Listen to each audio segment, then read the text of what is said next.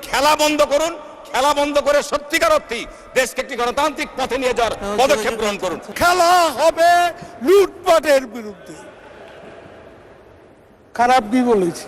মাননীয় যোগাযোগ মন্ত্রী প্রায় বলছেন খেলা হবে, আগামী 10ই ডিসেম্বর খেলা হবে।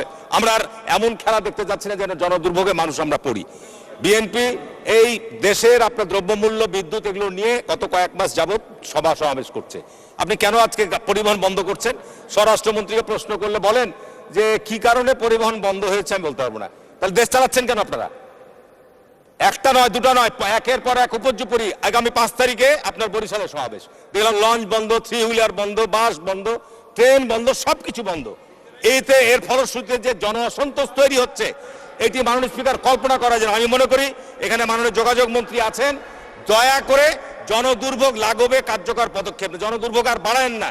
জনদুর্ভোগের পরে যে জন অসন্তোষ তৈরি হচ্ছে, এই জন অসন্তোষের কারণে কিন্তু ভয়াবহ একটা পরিস্থিতি তৈরি হবে।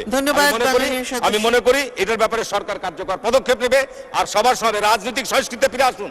5 ধর্মঘট কেন হয়েছে শিমুল বিশ্বাসকে জিজ্ঞেস করুন। শিমুল বিশ্বাসকে না কেন মন্ত্রী বলবো? সে পরিবহনের নেতা, সিনিয়র ভাইস প্রেসিডেন্ট। শাহজাহান খান আছে, সেক্রেটারি হলো বাসদ, সেক্রেটারি বাসদ, প্রেসিডেন্ট আওয়ামী লীগ ওখানে, আর মালিক সমিতির প্রেসিডেন্ট রাঙ্গা জাতীয় পার্টি, সেক্রেটারি হচ্ছে আওয়ামী লীগ এনায়েত, ভাইস প্রেসিডেন্ট শ্রমিক ফেডারেশনের শিমুল বিশ্বাস। তিনি কোন দলের? কোন দলের? সে একটা স্টেটমেন্ট দেয় না কেন?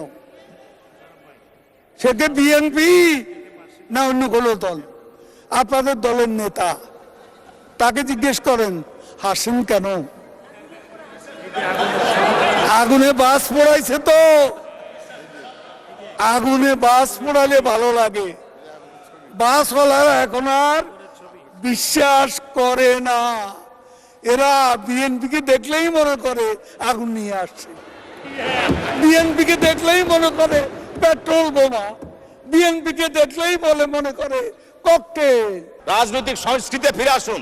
দীর্ঘদিন যাবত বিরোধী দলকে যে সভা সমাবেশ করতে দেন না, সেই জায়গায় একটা শান্তিপূর্ণ পরিবেশ ফিরিয়ে নিয়ে আসুন। মাননীয় স্পিকার আমাকে সময় দেওয়ার জন্য ধন্যবাদ। আমি মনে করি খেলা বন্ধ করুন, খেলা বন্ধ করে সত্যিকার অর্থে দেশকে একটি গণতান্ত্রিক পথে নিয়ে যাওয়ার পদক্ষেপ গ্রহণ করুন। লাঠি ছোটার সঙ্গে বাংলাদেশের জাতীয় পতাকা খেলা হবে, এর বিরুদ্ধেই খেলা হবে, খেলা হবে। এই লাখো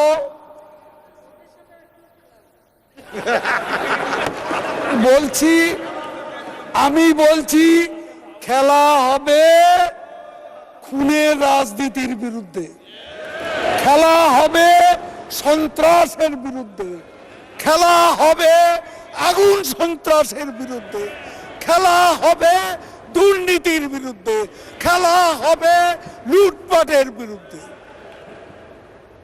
খারাপ কি বলেছি? ধন্যবাদ মাননীয় স্পিকার।